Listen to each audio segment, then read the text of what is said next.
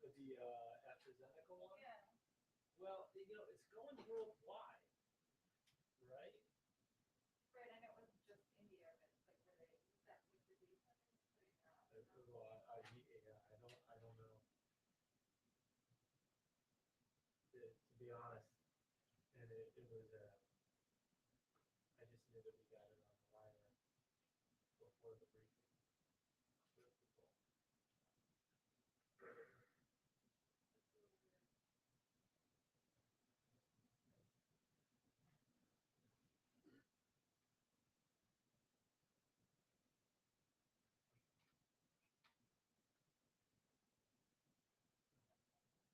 Well, I mean, all Z, yeah.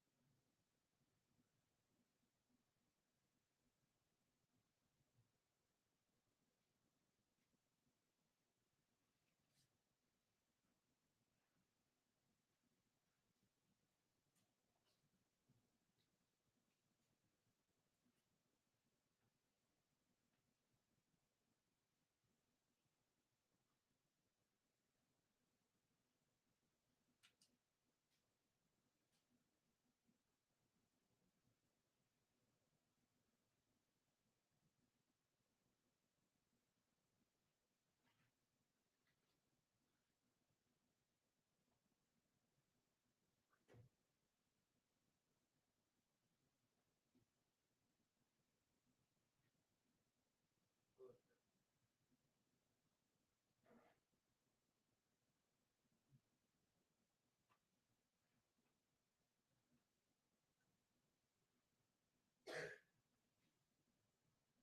I'm actually about to step to your brief right now.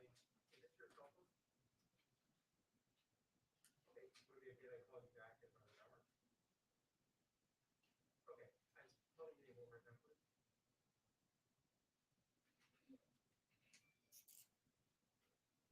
Okay. Thank you very much.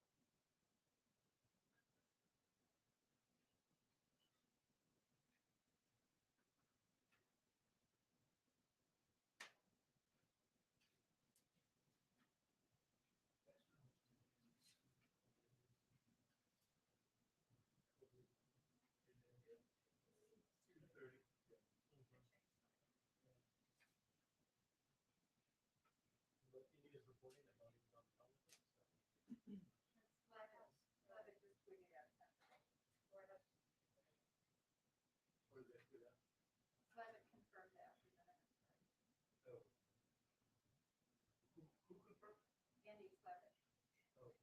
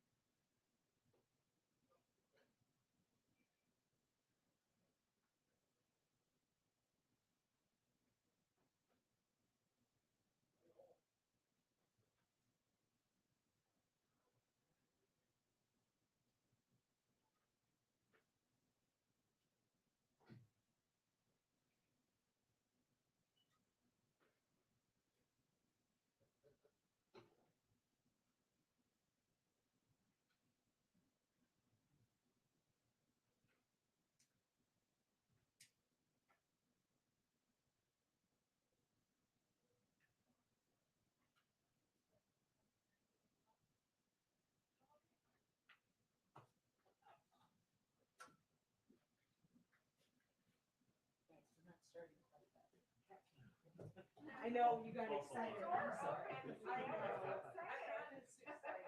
Sorry to disappoint. That's okay, you could get up there and do it.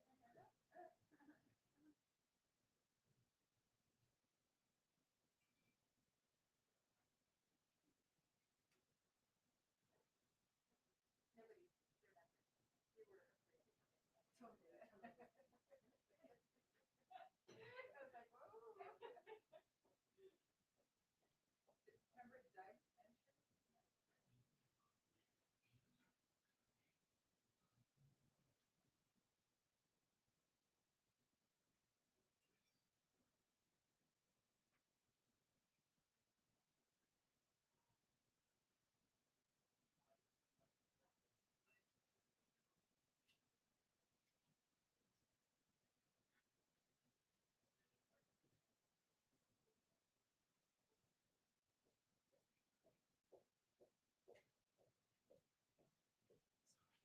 Soon, guys, I promise. It's coming.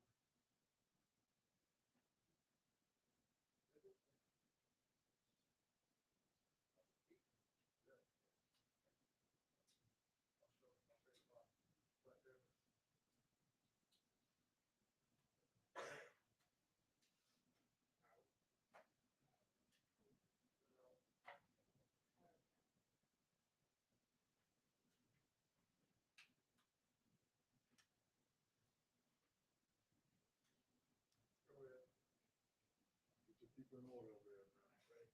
All set. You know it.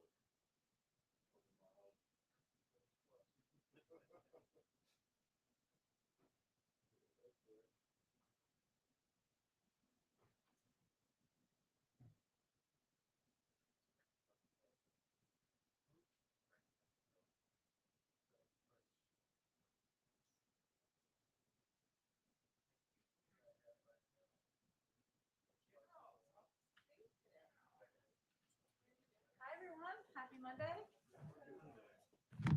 Okay. Our special guest today is our director of the National Economic Council, Brian Deese, and he will be, as you may know, Brian was senior advisor to President Obama and previously served as acting director of the Office of Management and Budget. And in the Obama-Biden administration, Brian helped coordinate policy development for tax policy, housing, clean energy, manufacturing, and the automotive industry.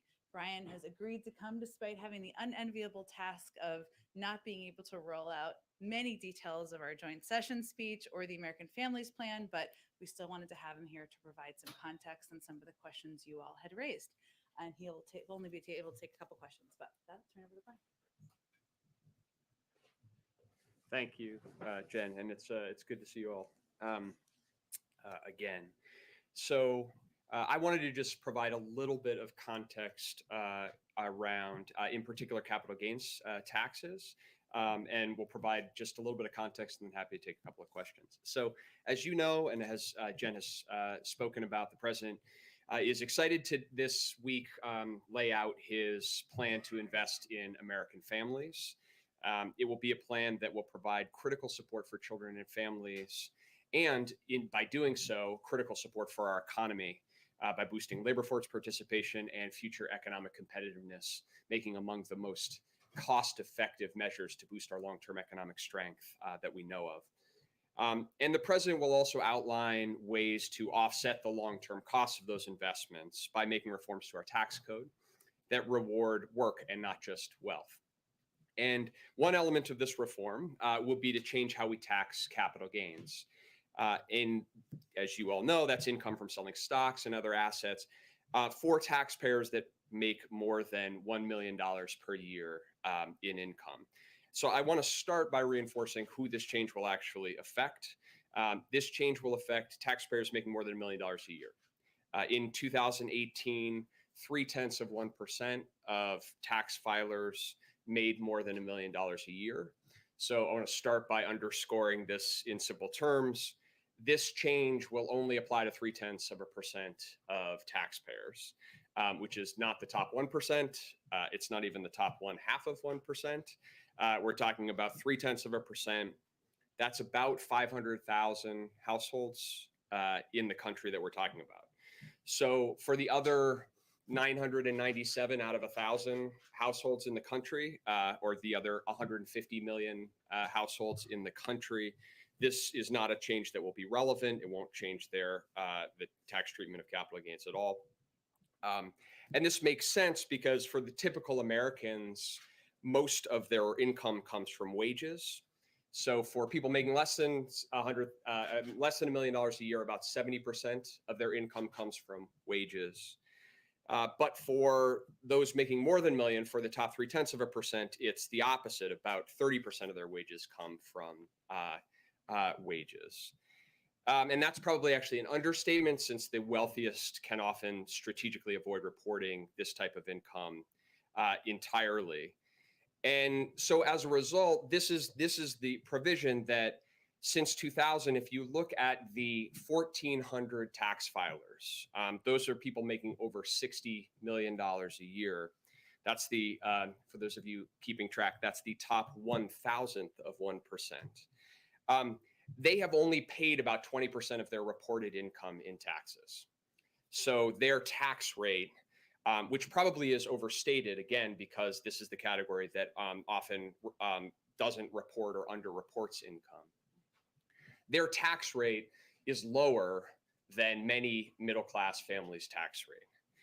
This is the dynamic that led Warren Buffett to famously explain that he paid a lower tax rate than his secretary.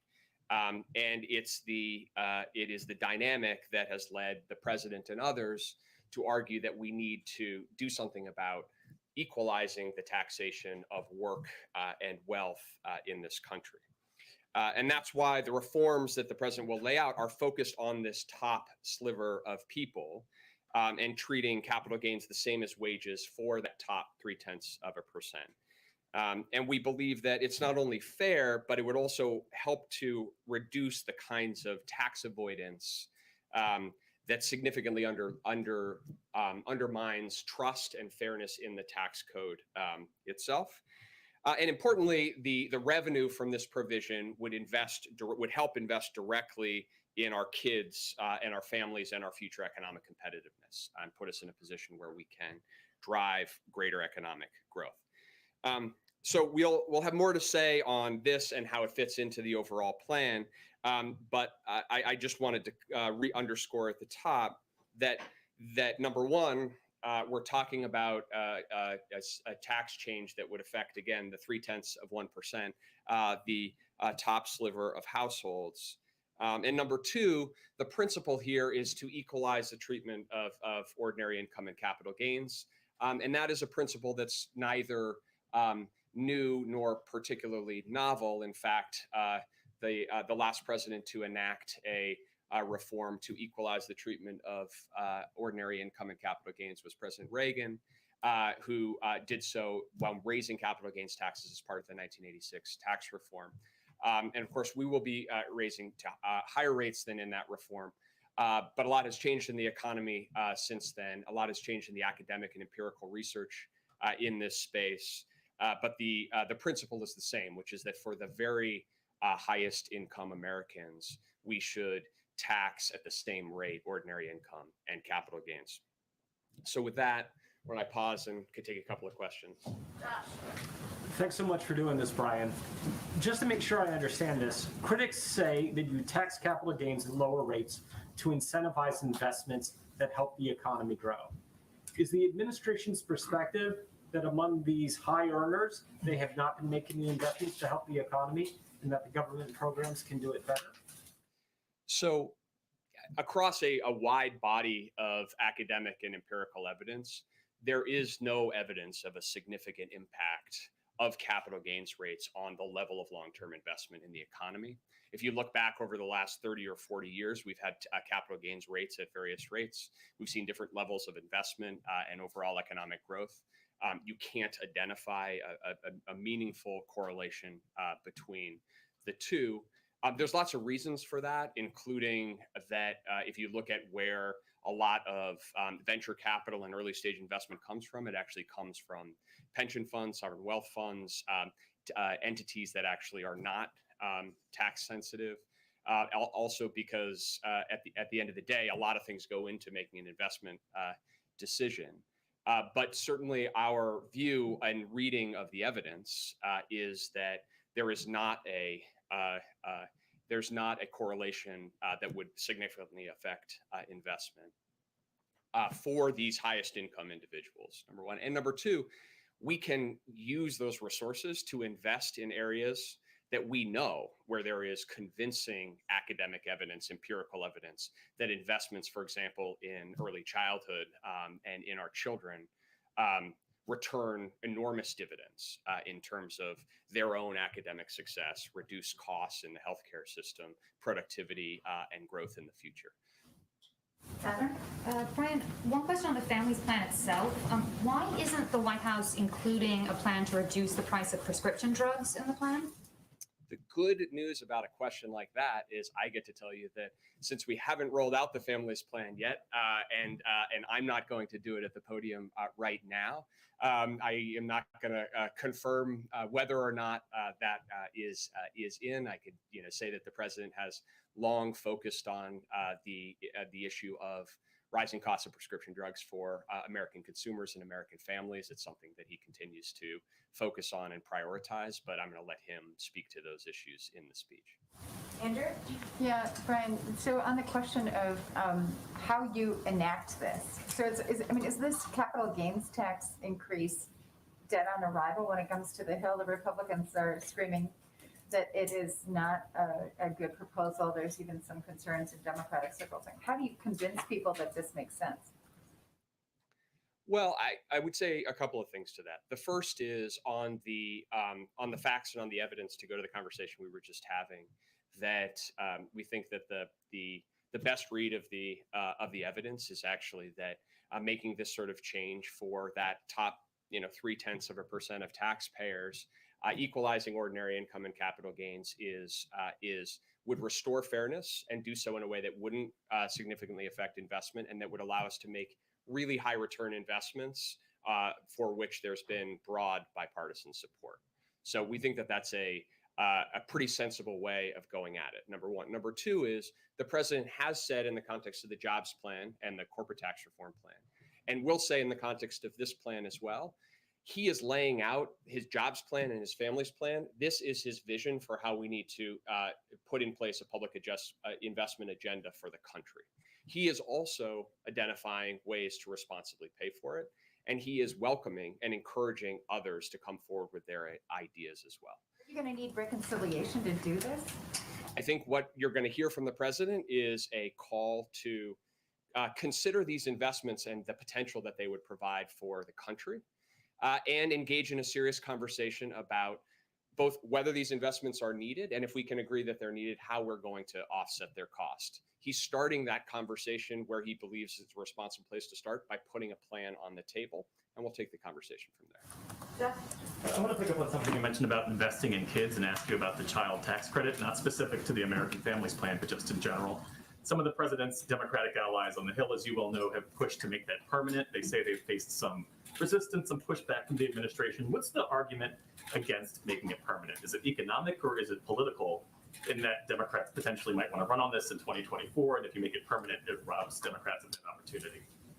Well, let me start by making the argument for the expanded and fully refundable child tax credit, because it was President Biden who put a temporary one-year expansion of the child tax credit in his American Rescue Plan, which he announced on January 14th, 7 days before he was even inaugurated. And it was President Biden who worked with Congress and fought to get that enacted into law. And now, as a result, the American families of 66 million children will receive a fully refundable expanded child tax credit this year. And that will be delivered monthly going forward. And the best estimates are that in combination with the other elements of the rescue plan, will reduce child poverty by about 50% this year. So President Biden is both incredibly proud of that accomplishment and the speed with which we were able to implement, and believes that we should extend that policy to provide some certainty and stability to those families who will be relying on that payment, but would see it go away if Congress doesn't act. So that's the context for it, and I'll let the president speak to the specific plan in the joint session speech. Let's not already way over the time allotted. He will come back, as will other people, but Brian's got to go. Sorry, Brian. Thank you for coming, and he'll come back soon. It's always so much easier for me to play good cop. Now I realize why. You know, I take all your questions, but Jen. Okay, come on back. Right, exactly. Well, there'll be much more to say when we roll out the speech. Okay, a couple of additional items for all of you at the top. Today, the U.S. Department of Agriculture and Secretary Vilsack announced the historic expansion of the summer pandemic EBT program. This is the single largest summer child nutrition effort in our nation's history and will reach more than 30 million kids this summer, thanks to the American Rescue Plan. Summer feeding programs are considered a lifeline for some families, but until now, they've reached less than 20% of families served during the school year. Children are eligible for this program if they are eligible to receive free or reduced price meals during the school year, or if they are under age 6 and live in a SNAP household. That is about 34 million American children. Parents or guardians do not need to take any action to receive the cards in the mail from their state agencies. Each child will receive a $375 credit loaded onto an EBT card and can then be used by parents or guardians to purchase food. Also today, President Biden will sign an executive order establishing the White House Task Force on Worker Organizing and Empowerment. This task force is a historic effort to mobilize the federal government's programs, policies, and practices to empower workers to organize and collectively bargain with their employers. And will have a specific focus on increasing worker power in marginalized and underserved communities. Vice President Harris will be chair of the task force, and Secretary of Labor Marty Walsh will be the vice chair. The task force will include more than 20 cabinet members and department heads. Also, Vice President Harris will have a bilateral meeting with the President of Guatemala this afternoon. They'll meet virtually to discuss working together to address immediate relief needs of the Guatemalan people, as well as deepening cooperation on migration. The Vice President will also participate in a roundtable with representatives from the Guatemalan community-based organizations tomorrow. Vice President Harris's direct engagement is a testament to the importance we are placing on improving conditions in Guatemala. When the Vice President spoke last with the President of Guatemala on March 30th, they agreed to collaborate on promoting economic development, leveraging technology, strengthening climate resilience, and creating the conditions to expand opportunity for people in their home countries in order to address the root causes of migration. Finally, as you may have also seen today, we announced that the administration is looking at options to share American-made AstraZeneca vaccine doses during the next few months. Given the strong portfolio of vaccines that the United States has already authorized and available in large quantity, and that is available in large quantities, including two two-dose vaccines and one-dose vaccine, and given AstraZeneca is not authorized for use in the United States, we do not need to use AstraZeneca in our fight against COVID over the next few months. Before any AstraZeneca doses are shipped from the United States, the FDA will confirm any such doses meet its expectations for product quality. This is being done in the context of the FDA's ongoing review of all doses made at the plant where these AstraZeneca doses were produced. And I anticipate in the near future, our team will share more details about our planning and who will be receiving doses from here, but we're in the planning process at this point in time. Josh, go ahead. Thanks, Jen. Let's go to India and what they're dealing with the coronavirus. The president just spoke with the Prime Minister of India. Can you give us some more details about that? And in terms of how many supplies, what all are we really going to rush out there? What's the volume and the scale to deal with the problem? Sure. Well, as Josh noted, and you may have all seen the readout that we just put out, but just in case you didn't, the president spoke today with Prime Minister Modi of India, committing that the United States and India will continue to work closely together in the fight against COVID. The president pledged America's steadfast ongoing support for the people of India who have been impacted by the recent surge in the COVID-19 cases. In response, we have provided, and let me give you more of a specific update. And I'll also note for you that there'll be an additional call later this afternoon that will provide additional details. So this is just what is available at this point in time of what is being requested and what we are providing. So there are a number of areas that are of great interest and are of great need to India at this point in time. Oxygen is one of them. At India's request, we are exploring options to provide oxygen and related supplies. The Department of Defense and USAID are pursuing options to provide oxygen generation systems. We may be in a position to reroute shipments planned for other countries with lower immediate needs, given the urgency of the conditions in India. And we'll have more details, hopefully, on the possibility soon. DoD is also exploring providing field oxygen generation systems, which we have used in our field medical hospitals. Each unit can provide oxygen for up to 50 to 100 beds. And we're also exploring options to provide oxygen concentrators and ventilators, and are in technical discussions with India to ensure the equipment we supply can connect to Indian devices. The United States has already provided 200 ventilators to India last year and trained medical professionals on their use. So this is, of course, in addition to that and other assistance we've provided.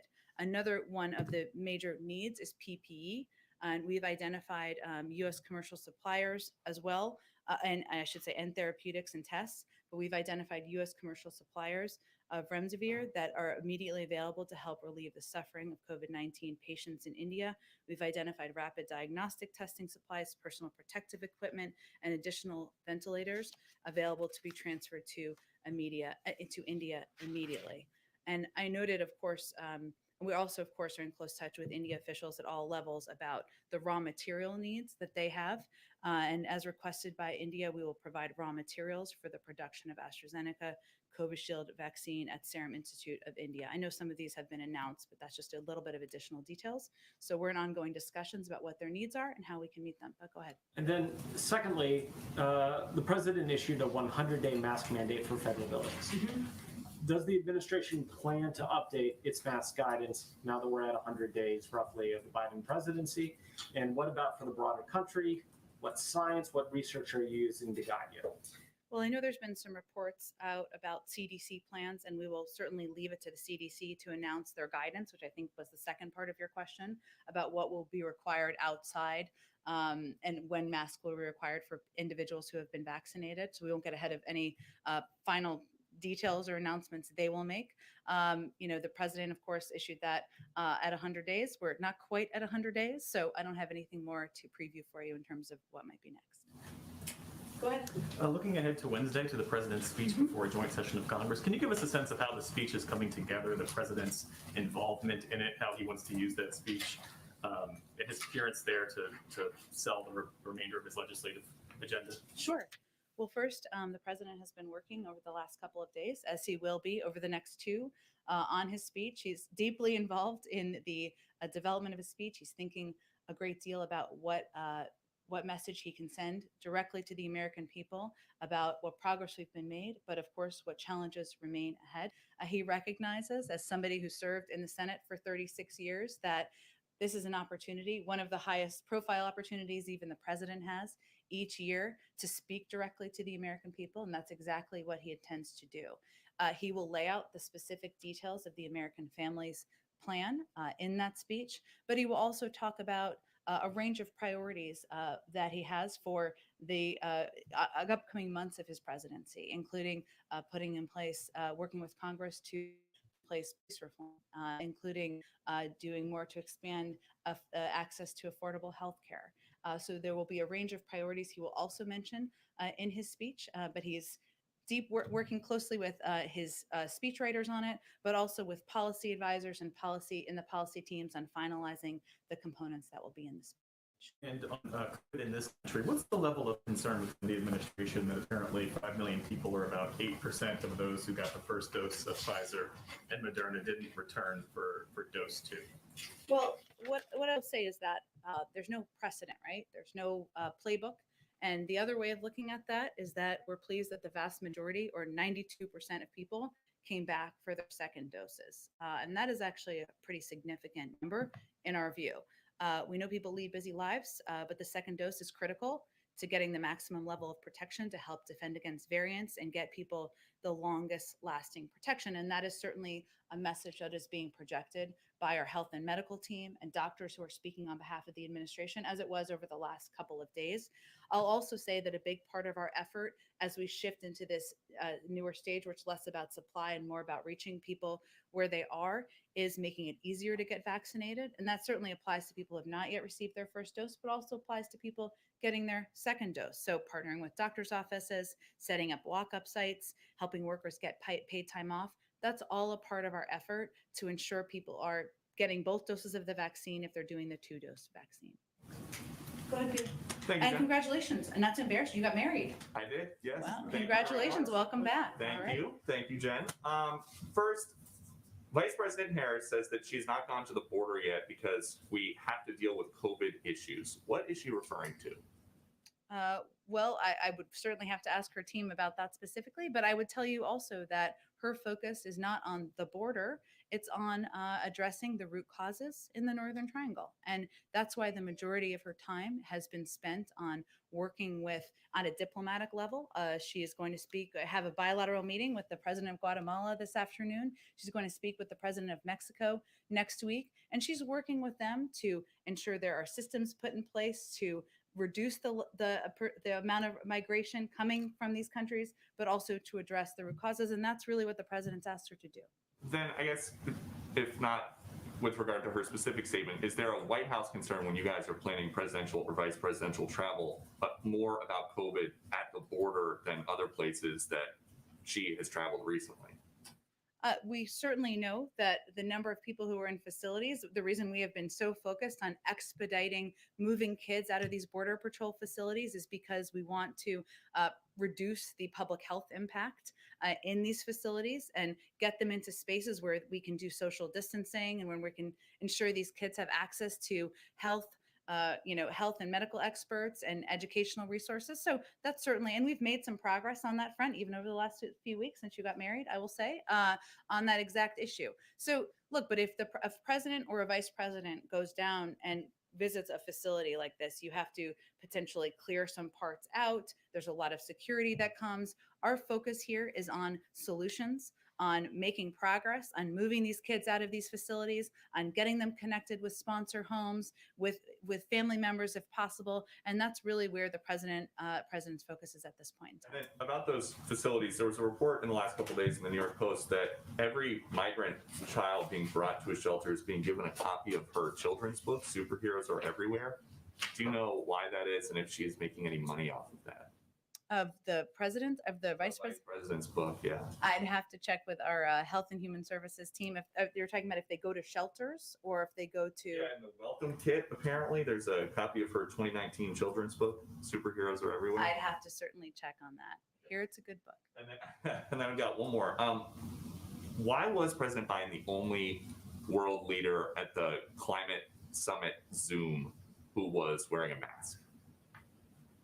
Because he is sending a message to the world that he is putting in place precautions and continuing to do that as leader of the United States. And I don't know what setups they all had in their countries that may warrant some more reporting or not.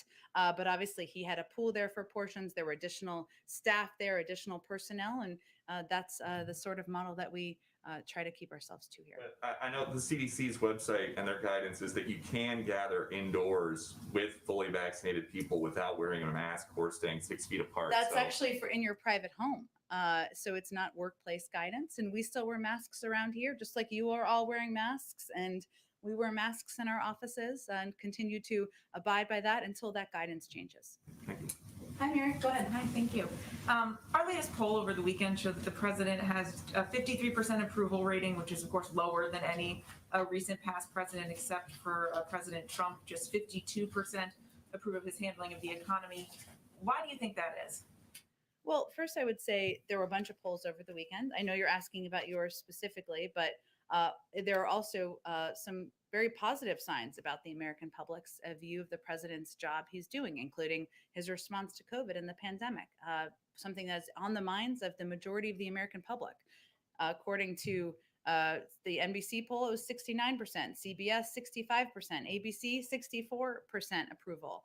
I will also note, per our earlier discussion, that according to the ABC poll, 58% of the public approved of raising corporate tax rates. But the bottom line is the president, these polls show what we have long known, that the president came into office at one of the most divisive moments in modern American history. And the president's focus is on fulfilling his promise to bring the country together. So in large part on delivering on the things the American people were elected him to do, which we have seen broad approval for, getting the pandemic under control, turning our economy around, especially for working families and the middle class. So we know that bringing the country together, that getting through what is a height of divisiveness in our country is going to take some time. And that certainly we see is reflected in the polls. So when you do look at these numbers, what lessons do you take away, if any, in terms of how you may approach the next 100 days? Well, the president would be the first to tell you we have a lot of work left to do to get the virus under control, despite the fact that 2/3 of the public and all of these polls support his approach and support the progress that's been made to get our economy up and running. There's still 10 million people out of work, and people aren't feeling satisfied by that. And we still need to keep our heads down and keep pushing forward to get the American Jobs Plan passed and ultimately the American Families Plan passed. But also, he knows that he needs to continue to work at bringing the country together. And he will always be open to bipartisanship. He will always have an open door in the Oval Office to members of Congress of different viewpoints to get work done for the American people. And he certainly believes that's what people elected him to do. And on the speech on Wednesday, obviously your first joint address is a big moment for any new president, but this is not going to be a joint address like we've seen before because of the pandemic. A lot of the pomp and circumstance won't be there. The audience will be scaled down, no guests, etc. How is the president modifying his approach to the speech to sort of accommodate these unusual circumstances? You're right. And it will look very different for people who are watching at home, who are used to seeing, they may not even know they're used to seeing this, right? But they're used to seeing a full Senate chamber, House and Senate, full members of Congress they're used to seeing guests for all of these members of Congress. They're used to seeing, which is always an important part of the speech, a First Lady's box that's full of incredible people who are inspiring, have inspiring stories, and the president references in his speech. And that's tradition as well. And none of that will be a part of the speech in the same way that people have seen in the past. So there's certainly an adjustment to how he'll speak to the audience, speaking directly to the American people at home. That's always a part of it, but even more so to not having all of these incredible stories, inspiring stories that are typically a part of any president's joint session or a State of the Union address. So it will look different, but from his vantage point, it still is an opportunity to speak directly to the American people about the progress that's been made, the work that's still ahead, his new proposals for an American Families Plan, and some of the priorities that remain central to his presidency, and that hasn't changed. And will he be wearing a mask? Because I think technically now the rules are such that anyone speaking on the floor must be masked, or will there be an exception for the speech? I'll have to ask him that and ask our doctors that. It's a great question, and let me get back to you so people can know what to expect. Go ahead. Thanks. Quickly, because I didn't get to ask Brian Deese this, is the 1 million threshold for the capital gains tax increase applying to households or individuals? Do you know? These are all excellent questions. And I know I put him in a very difficult position, as I am too, because the speech is not for 2 days and we will have lots of briefings that will go through all of the specific details. So you can't clarify right now if it's, because you did confirm that there will be a capital gains tax raised, but yes, and over $1 million is what's been reported. That's accurate, but I'm not going to get into more specifics. I will see if there's more we can provide to you after the briefing, but we've been quite careful about not getting ahead of the president. Noted. Another topic, the European Commission president said over the weekend that vaccinated American tourists can safely enter with proof of vaccination, whatever form that may be, in the summer. Is there any discussion that the White House would reciprocate that for European travelers? We're constantly reviewing, but obviously it is based on the advice of our health and medical team, who are evaluating what needs to be done to continue to protect the health and safety of the American people. So I don't have any update on that at this point. Go ahead. Jen, Canada and the United Kingdom have both restricted travelers from India amid concerns about the variant there. Is there any effort here or review here about whether the U.S. would temporarily suspend travel from India? We're always reviewing what needs to be done to protect the American people, but I don't have any restrictions or rollback of restrictions to preview today. One more on India. The Indian government ordered Twitter and Facebook and Instagram to block social media posts criticizing the handling of the COVID response there. Any White House comment on that move? Well, that certainly wouldn't be aligned with our view of freedom of speech around the world. And will the First Lady have any kind of virtual box, or will there be anything to sort of replace the traditional, as you spoke about, First Lady's box full of guests? Not as people knew it previously, right? She won't be sitting in the box with people. We are looking for ways to engage with the American public, whether it's through viewing parties or ways to communicate about what the president is proposing, but it won't look or feel or sound like it has in the past. Go ahead, Andrew. Yeah, so just back on the tax question real quick. We keep asking this question about reconciliation. Do you have a sort of a plan to sort of increase your outreach to potential skeptics, even among the Democratic side, in terms of getting this really additionally large package through Congress? Sure. I mean, obviously, the president has himself been engaged with Republicans, as he was last week, and I expect he will be again next week. He'll talk about the American Jobs Plan as well as the American Families Plan. But our root focus here, I know you were asking, Brian, about the corporate opposition to the capital gains component. Our core focus here, and the president's core focus, is on laying out policies that will increase investment in industries of the future, create millions of jobs, invest in childcare and education to make us more competitive. Then he believes we should propose ways to pay for it. But he's not doing a corporate tax proposal. He's doing an American Families proposal, an American Jobs Plan proposal. These are ways to pay for it. If people have alternative ways, we are open to hear from them. But the bottom line is the president's not going to raise taxes on people making less than $400. That would be like nobody pays taxes, but $400,000 a year. And he believes that the burden should be on the backs of corporations and highest level income people who can afford to pay more. Hence his opposition to user fees and other proposals that would be put the weight or the burdens on the back of American people. On India, I have another question. Sure. Actually on AstraZeneca. So the opening up of aid, is there any specific measure or urgency to get doses of the AstraZeneca vaccine to India? Is that among the biggest priorities? And then on the India specifically, you mentioned that the idea is to get some raw materials to Indian production of the AstraZeneca vaccine. There are other vaccines that are being produced in India. Will those raw materials also be available to other manufacturers working on other vaccines? Sure. Well, on the second question, I think I mentioned another vaccine option as well, where the raw materials could be useful for. But I will say that we are continuing to look for a range of ways to help India. So we're talking about what we can redirect, what is available now.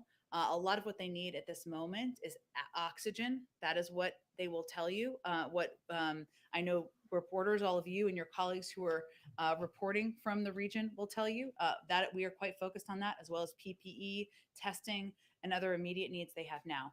But since I didn't mention this earlier, just to be clear, right now we have 0 doses available of AstraZeneca.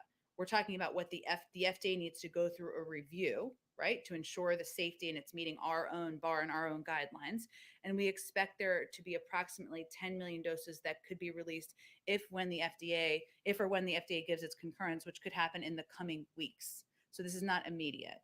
And there is an estimated additional 50 million doses that are in various stages of production. These could be completed in stages across May and June.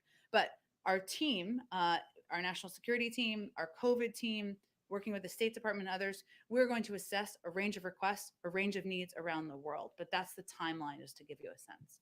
On the Putin summit, is there a date that you've got in mind, and have you made any decisions? So there was some reporting that you're looking at the 15th and 16th of June, which would be right after the G7 summit. Is that the intention, to sort of twin those two trips? And do you have a country yet? We're not quite there yet. We are eager, of course, to, as we have any details to provide, we will provide them, but we don't have confirmation of any details yet or a proposed timeline quite yet. Go ahead. Thanks, Jen. I wanted to follow up on something Jeff was asking about the second doses and then do a school question on the back end. But on the second doses, the 5 million Americans who have missed their second dose, why does the administration think that's happening? Why are people not going back for their second shot? There are a range of reasons for different individuals. I will say it is important to note there is no history or precedent here, right? So the fact that 92% of people are going back for their second doses in our assessment is a pretty significant number. But we are looking at ways that we can take steps, as we are for people who haven't even taken their first dose or their only dose if they're doing Johnson & Johnson, to help address, including ensuring that we have more mobile sites, that we are, as we announced last week, ensuring there's an opportunity for paid leave, that we are working in partnership with doctors to make it easier. People have busy lives. We certainly understand that. And we want to take every step we can to make it easier for people to get their second dose or their first dose if they have not yet done that either. Would there be a plan to do some of the things specifically for those people who need to go back for shot 2 to guarantee that they get back in the door wherever they went for their first one? The same approaches apply to all of these challenges. So obviously we target, we take different approaches depending on the community or depending on what we're seeing in the data of the challenges. But the importance of increasing our investment in mobile sites, partnering with doctors, increasing our pharmacy allotment. These are all steps we're taking to increase the number of people who are getting their doses. And on schools, obviously, this was a key part of the president's 100 days agenda. Nearly half of schools are open full time, but the vast majority of students are learning online at least some of the time during the week, either full time virtual or hybrid learning. If the buildings are open, but the students are still learning remotely a significant portion of the time, does the president view that as a success? And will he declare that this week? Well, I don't think we've seen data since the early April data that was reflective of February. So the data is quite old at this point in time, and we've seen across communities and states, there's been a significant amount of progress of schools opening 5 days a week, of students being in school learning. Now, some school districts have given the option of students, if their parents choose to stay remote. That is in some school districts, the option they've chosen. I expect we'll have more data on March, not until probably early May or late April time. That will give us a greater assessment. And we have every confidence we will be over 50% of schools open 5 days a week. New data before day 100 this week. Well, the data is done by the Department of Education, so we can't really change the data release timing, but we are confident, given what we've seen happen across the country, that we are going to meet that goal. Go ahead, David. Two questions for you on different topics, Jen. First, you may have seen the FBI and DHS turned out a fairly detailed set of guidance today on solar winds and suggested there would be more attacks coming. How are we supposed to measure, since the president announced his sanctions 2 weeks ago, what success looks like there? From the impact of sanctions? Impact of the sanctions and whatever unseen activities you included. Well, it's challenging, as you know, from covering this for some time, as you have. I will say that, we have never seen one set of sanctions as being the silver bullet that would alone change the behavior of the Russian government, just like we wouldn't see sanctions as the one silver bullet that would change behavior in any country. We still felt it was essential to put in place consequences and implement consequences for behavior that we found to be absolutely unacceptable, as did most of the global community. But in terms of measuring success, our objective is to de-escalate the relationship, to, of course, speak out where we have concerns, speak out where we take action as needed when we are responding to their behavior that we find unacceptable, but also to find a way to make it predictable and stable. So I would say, that's what we're working toward. We're not looking as the implementation of sanctions as a solo incident that we're evaluating the success of, as much as it is part of moving and changing the relationship. Did you see Putin's move to go back to the Ukraine border? His indication that he also wanted to be elsewhere? As I've said before, I'm blissfully not in the mind of Vladimir Putin.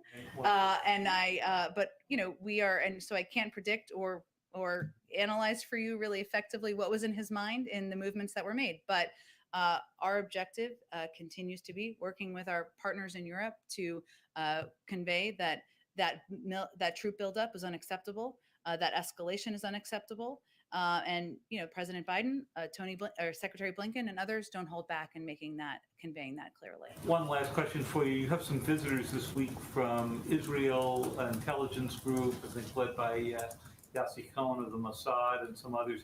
Who are they seeing in the administration? And do you plan to be conveying, or do officials plan to be conveying to them the thought that Israel may be actually actively undercutting your effort to get the Iran deal back together? I'm happy to get back to you as we try to be transparent around here, who they're meeting with and check with our national security team about that, David, and others who are interested in that. I will say that we will, of course, brief them. I'm certain it will be a part of the conversation, as we regularly do, on the status of negotiations. We just concluded the second round. That will likely be multi-round negotiations in Vienna, and we will update them, I would expect, on those discussions and the progress being made there. But in terms of other components of the discussion, I will see what we plan to read out from those meetings. Go ahead. Two questions on behalf of colleagues who can't be here, and one of my own. The capital gains tax increase, when would that take effect? Again, I know there's lots of questions and interest. I understand it. I'm with you for it. But we will have many fact sheets, many pages of fact sheets, many briefings to get you all of the details you would like. And on AstraZeneca, the doses, are they going to be given specifically to countries or to COVAX? What is the process for determining who gets those? Does Canada get any of those? Other countries? Sure. We're working through what the process will look like, and we will consider a range of options from our partner countries. And of course, much of that will be through direct relationships. Okay. And the other question I had was, you mentioned two of the president's goals was to bring the country together and end the pandemic. Those are obviously the two big goals that he has. Get Americans back to work. Which is connected to ending the pandemic. And you see this vaccine hesitancy among Republicans. You see slower vaccination rates in Republican-led states. Mm-hmm. How does the president view those two goals as intertwined? And does they have to can you not have one without the other? I guess is what I'm saying. That's an interesting question. I would say that the president believes he's got to govern for all people, and that includes, of course, getting the pandemic under control, which is certainly not impacting people through a political prism. So our efforts are to increase vaccine confidence, I should say, across a range of communities where we've seen some concern or some question. Now, we have seen in recent data that there has been large increases among not just communities of color, but also more conservative communities, people who have had a neighbor take the vaccine, who have seen people who are vaccinated able to have dinner together in their home, as is part of the CDC guidance. And so that's encouraging. But the president is going to continue to govern for all people, to work to address the crises we're facing that are not Democratic or Republican crises. They are crises for the American public, whether that is the pandemic, people who are out of work, the climate crisis, racial injustice in our country. Those are the four he's identified as being central to his presidency. Hi, David. Hey, Jen. Hey, a question on unity. You talk about, earlier you said you wanted to bring, or the president wanted to bring the country back together. So I guess the question is, he has not met with House Minority Leader Kevin McCarthy, according to Kevin McCarthy. What does that say about unity?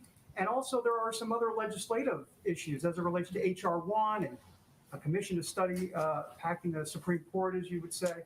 And there's a lot of other lists as well, budget reconciliation. So there's a lot of folks, you talk about tens of millions of people, they're concerned about that this doesn't seem like unity at all. Do you think tens of millions of people are concerned about him not meeting with Kevin McCarthy? No, I think tens of millions of people are concerned about H.R. 1 and budget reconciliation and going with that 50 vote threshold. I think I'm not sure the polling bears that out, but I will say that the president's view is that bringing the country together is bringing the American people together. So when I say he is focused on bringing people together, bringing Democrats and Republicans together, he's not talking about solving bipartisanship in this zip code here. He is talking about proposing policies that address the crises that we're facing, whether it's getting the pandemic under control, putting people back to work. A lot of those policies he's proposed, whether it's the American Rescue Plan or the American Jobs Plan, are supported by the vast majority of the American public, Democrat, Republican, Independent. They certainly want to see him working with Republicans and Democrats and he's absolutely doing everything he can to do that. He's had a number of Republicans down here to the Oval Office. He's looking for it. We're going to be reviewing their proposals. And I think certainly people see him rolling up his sleeves and ready to work with people of all different viewpoints. Real quick, why not separate the infrastructure bill the Republicans have, whatever it is, $800 billion or so? Why not just take that, call it unity, call it a deal, and then move on to some of the other legislative priorities within the total construct? Well, David, as you know, you need 60 votes. You can talk to Republicans in the Senate and see how many votes they have. But I will say that where we are now is that we are certainly taking a look at the proposal. Right now, there's deep in the weeds, sometimes nerdy conversations between staffers, members of Congress. We have lots of follow-up questions. I'm sure they have lots of follow-up questions. We're sharing ideas. That's actively happening now. He'll invite some members next week, bipartisan members, to come to the Oval Office and have a discussion about it and what the path forward looks like. Thank you. Sure, go ahead. Thank you, ma'am. I have one question about foreign policy and then another about COVID here. So the first one is, in tapes obtained by the New York Times, Iran's foreign minister says that former Secretary of State John Kerry informed him that Israel attacked Iranian interests at least 200 times. As the secretary has shifted roles, he still continues to represent the United States on a world stage. Does the president have any comment or reaction to Kerry telling the Iranians about covert military action on the part of Israel? We're not going to comment on leaked tapes. Okay. And then my second question is, I've heard from a number of governors who are frustrated that they haven't heard directly from President Biden on these weekly coordinating COVID calls. Why hasn't he joined those weekly calls? And how many governors? So what? How many governors have you heard from? I've heard from a number, but how many times? Like how many? 1, 2? Well, I'm actually curious to see how many times he's joined those calls and if there's a reason why. It was never his, but I'm curious to answer to your question too. Story. I think there were 2 in your story. There were 2 in my story, and there were others who didn't go on the record, but we reflected that in the story. Okay, so 2 governors and some anonymous governors. I will say that the intention was never for the weekly call, the COVID call that is led by our COVID coordinator, to be a part for the president to be leading that call. That the intention was for our COVID coordinator to be providing an update directly from the president, directly from our work across the federal government to get the pandemic under control. And what we've done on that call is provided weekly updates on the number of doses that are going out to states, which have increased nearly every week. We're talking about an average of about 28 million out to states now. It's an opportunity to have an engagement, have a discussion about where there are challenges in the system, how to better operationalize, better communicate, which was a complaint that we came in and tried to solve when we came into office. So that was the intention. I can assure you that the American public, governors hear quite a great deal from the president on his plans to get the pandemic under control, and he it's in excellent hands with his COVID coordinator. To clarify, he has not joined. Does he have any plans in the future to join those calls? We've never conveyed it as a call that would be a part of his agenda, so I'm not sure there's like a big controversy here. Okay. But thank you. Go ahead. Can you confirm reports that the CIA Director Bill Burns was in Iraq, in Baghdad, meeting with Iranian officials in the foreign minister's home? I would point you to the CIA for confirmation of anything about his schedule. Okay, because he was somebody who led the discussions in 2015, and currently Foreign Minister Zarif is in Iraq too. So I'd be interested to know whether the 2 of them are planning to meet. Is that something that you're able to discuss? And again, I'd point you to the CIA and his team there for any details of his schedule. I have another question Sure. on Guatemala. So earlier today, Secretary Blinken announced sanctions on some Guatemalan officials. Mm-hmm. Are there other sanctions that the administration is weighing for other Northern Triangle countries now?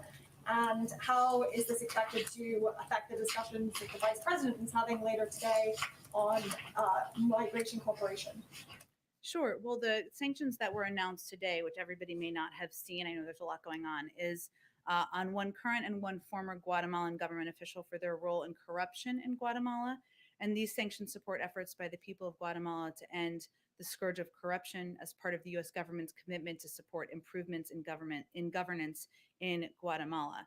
And as the Vice President's virtual bilat with the President today indicates, we are focused on working with Guatemala and other partners in the region to improve conditions and address the root causes of migration. Today's actions were also taken in close coordination with the United Kingdom, which has today established a new anti-corruption sanctions regime. But we are confident we will continue to be able to work with the Guatemalan leadership on areas of agreement, areas where there is opportunity, but we also are not going to hold back when actions warrant sanctions, as they did in this case on the grounds of corruption. Do you expect the vice president to meet with El Salvador President Bukele? Well, I know she has a virtual bilat next week with the Mexican president, and I expect she'll have more in the coming weeks, but I don't have anything to preview for you today. Go ahead, all the way in the back. Yes, I have a question for myself and then two for colleagues who can't be in the room. Okay. First, you've laid out a number of domestic agenda items for the president's speech on Wednesday. How much can we expect that he will speak about foreign policy? He will certainly talk about foreign policy in his speech and reiterate his objectives and commitments to rebuilding our place in the world, regaining the United States seat at the table. I don't have more to preview for you than that, but it will certainly be a part of the speech. Okay, and let me see. What is your response to the criticism that the U.S. response to the crisis in India is coming late?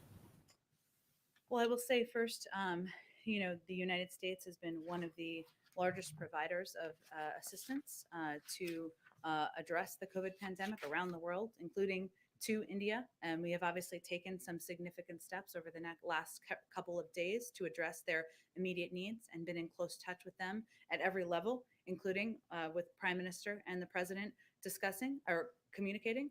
I will also say that we are continuing to fight a pandemic here. India and the United States have two of the highest challenges as it relates to fighting the COVID pandemic. So we also take that into account. But I can assure people who are watching and paying attention that we want to work in partnership with India. We are committed to getting them assistance they need, whether that's oxygen, PPE, therapeutics, tests, raw materials for vaccines, and we'll continue to communicate at the highest level. Okay, and Andrea. Oh, sorry. Oh, did you have one more? Go ahead. One more.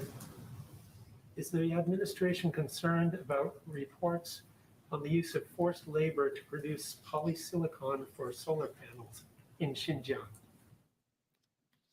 Let me check. I think we would be concerned, but let me check with our national security team and we'll get you a statement directly on that. Go ahead, Andrew. I just had a kind of a clarification question. Previously, when you released doses of the AstraZeneca vaccine to Canada and Mexico, you lent them. Is the loan program over? Are we into gifting now, or? We are considering a range of options, and I expect as we put together our plan and we consider the range of requests we have and determine where we will be distributing these vaccines, we will do that through a range of means. Okay, and then just on the overall issue of kind of vaccine production in the U.S., there is, as you know, mounting pressure on the U.S. to support this TRIPS waiver at the WTO. Has there been any shift in the U.S. position? Up until now, the U.S. has not even permitted those discussions to take place on a formal level.